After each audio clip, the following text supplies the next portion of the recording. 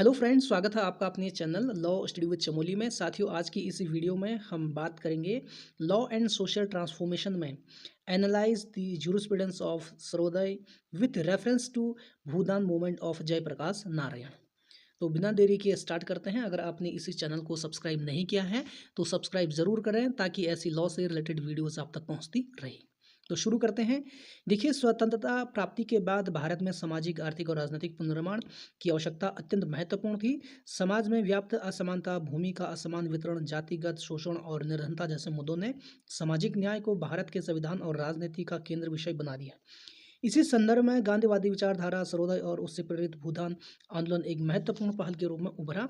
इस आंदोलन में जयप्रकाश नारायण की भूमिका अद्वितीय थी। उन्होंने सर्वोदय के मूल्यों को आत्मसात करते हुए इसे सामाजिक क्रांति का माध्यम बनाया। यह उत्तर सर्वोदय के न्यायशास्त्र को भूदान आंदोलन के माध्यम से विश्लेषित करता है, जिसमें न्याय को केवल विधिक आदेश न मानकर नैतिक और सामाजिक चेतना का परिणाम समझा गया। सर्वोदय एक अवधारणात्मक आधार। सर्वोदय का अर्थ और उद्भव। सर्वोदय शब्द की उत्पत्ति महात्मा गांधी द्वारा जॉन रस्किन की पुस्तक अनटू दिस लास्ट से के गुजराती अनुवाद से हुई। गांधी ने इसे सर्वोदय नाम दिया, जिसका अर्थ है सभी का उत्थान या सर्वहिताय सुख सर्वसुखाय। यह विचारधारा मानव समाज में न्याय, समानता, करुणा, श्रम की प्रतिष्ठा और अहिंसा पर आधारित है। गांधी ने सर्वोदय के माध्यम से ऐसे समाज की कल्पना की जहां शोषण और वर्ग विभाजन न हो तथा हर व्यक्ति को उसकी आवश्यकता के अनुसार संसाधन प्राप्त हो। सर्वोदय के मूल तत्व: अहिंसा केवल शारीरिक हिंसा का निषेध नहीं, अपितु संरचनात्मक और आर्थिक हिंसा का विरोध। सर्वहित, अंतिम व्यक्ति की भलाई। अंत्योदय को प्राथमिकता देना। संपत्ति पर सामाजिक दृष्टिकोण, व्यक्तिगत संपत्ति को समाज की धरोहर मानना। विकेंद्रीकरण, सत्ता का केंद्रीकरण नहीं बल्कि ग्राम स्वराज की स्थापना। स्वैच्छिकता, स्वेच्छा से त्याग और सहयोग की भावना। न्याय का नैतिक आधार, न्याय केवल विधि आधारित नहीं बल्कि नैतिक चेतना से पोषित होना चाहिए। भूदान आंदोलन, सर्वोदय और व्यवहारिक प्रयोग। प्रारंभ और विस्तार। भूदान आंदोलन की शुरुआत 18 अप्रैल 1991 को तेलंगाना के पचमपल्ली गांव से हुई, जब आचार्य विनोबा भावे को कुछ भूमिहीनों ने भूमि की मांग की। एक जमींदार ने स्वेच्छा से 100 एकड़ भूमि दान दी। यह घटना आंदोलन की नींव बनी। इस आंदोलन का उद्देश्य था समाज के संपन्न वर्ग से स्वेच्छा से भूमि दान कर उसे भूमिहीनों को देना, ताकि सामाजिक न्याय की स्थापना हो सके। आंदोलन का स्वरूप शांतिपूर्ण, नैतिक और सामाजिक संवाद पर आधारित था। जयप्रकाश नारायण की भागीदारी। जयप्रकाश नारायण ने भूदान आंदोलन को केवल भूमि वितरण की प्रक्रिया ही नहीं माना, बल्कि उन्होंने इससे सामाजिक क्रांति की दिशा में कदम बताया। ठीक है। उन्होंने सर्वोदय को राजनीतिक विकेंद्रीकरण, नैतिक अनुशासन और जन चेतना से जोड़ते हुए संपूर्ण क्रांति का आधार बनाया। और वे यह मानते थे कि भूदान केवल भूमि की पुनः वितरण नहीं बल्कि समाज की संरचना में नैतिक जागरूकता का संचार है। सर्वोदय का न्यायशास्त्र विश्लेषण। न्याय का नैतिक आधार। सर्वोदय ने न्याय केवल विधिक प्रक्रिया नहीं बल्कि मानव संवेदना का परिणाम है। यह डॉकिन की लॉ एज इंटीग्रिटी की अवधारणा से मेल खाता है, जहां कानून का उद्देश्य नैतिक सिद्धांतों से समाज में समरसता लाना है। संपत्ति पर पुनर्विचार। सर्वोदय विचारधारा निजी संपत्ति की धारणा को सामाजिक उत्तरदायित्व से जोड़ती है। जयप्रकाश नारायण के अनुसार भूमि ईश्वर की है, मनुष्य उसका उपयोगकर्ता मात्र है। यह दृष्टिकोण लोके के लेबर थ्योरी ऑफ प्रॉपर्टी से भिन्न है और मार्क्सवादी विचारधारा से भी यह एक तीसरा मार्ग नैतिक स्वैच्छिक वितरण प्रस्तुत करता है। विकेंद्रीकरण और ग्राम स्वराज। जेपी ने न्याय को केवल न्यायालयों तक सीमित नहीं माना। उनके अनुसार न्याय पंचायतों द्वारा सुनिश्चित हो। न्याय क्या हो? पंचायतों द्वारा सुनिश्चित हो। हर गांव आत्मनिर्भर हो। न्याय प्रशासन त्वरित, सरल और लोक हितकारी हो। यह विचार आज अल्टरनेट डिस्प्यूट रिजोल्यूशन जैसे तंत्रों की प्रेरणा का स्रोत है। न्याय के प्रकार और सर्वोदय। वितरणात्मक न्याय, डिस्ट्रीब्यूटिव जस्टिस, संसाधनों का न्यायपूर्ण बंटवारा। भूदान इसका प्रत्यक्ष उदाहरण है।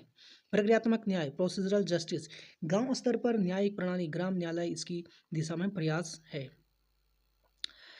पुनर्स्थापनात्मक न्याय, रेस्टोरेटिव जस्टिस, शोषण के यानी शोषण से मुक्त व सम्मान की पुनर्स्थापना, समुदाय की आत्मा, भूदान आंदोलन और सामाजिक न्याय।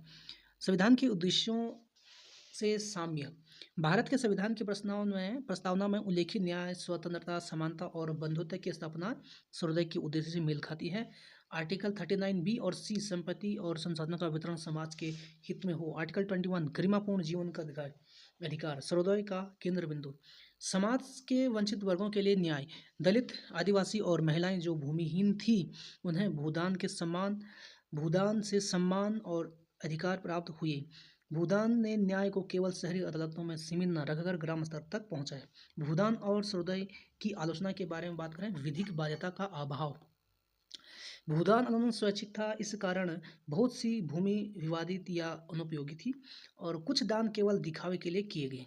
वितरण की समस्याएं, भूदान में प्राप्त का वितरण धीमा और भ्रष्टाचार ग्रस्त रहा।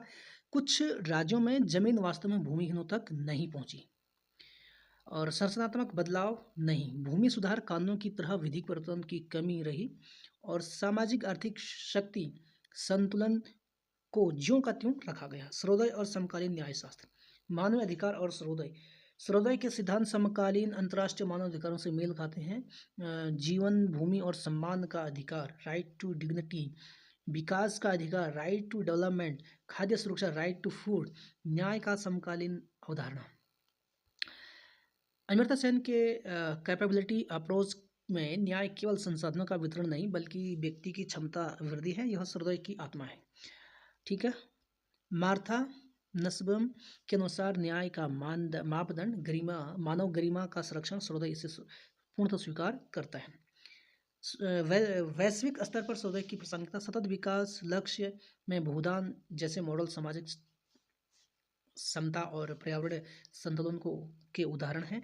दक्षिण अफ्रीका, लैटिन अमेरिका में भूमि सुधारों की अवधारणा भूदान जैसी योजना से प्रेरित है।